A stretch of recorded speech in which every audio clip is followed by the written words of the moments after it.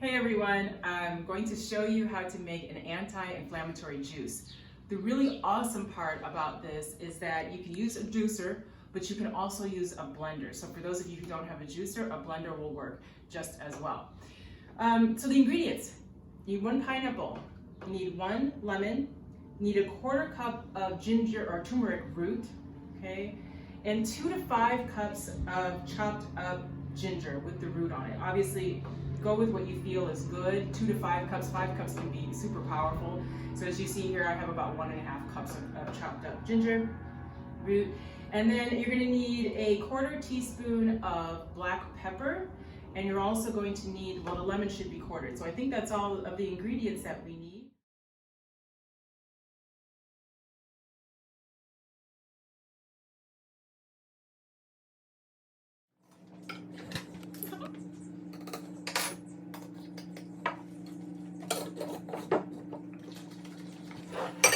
Alright, so juice is all made. I can put this in the refrigerator.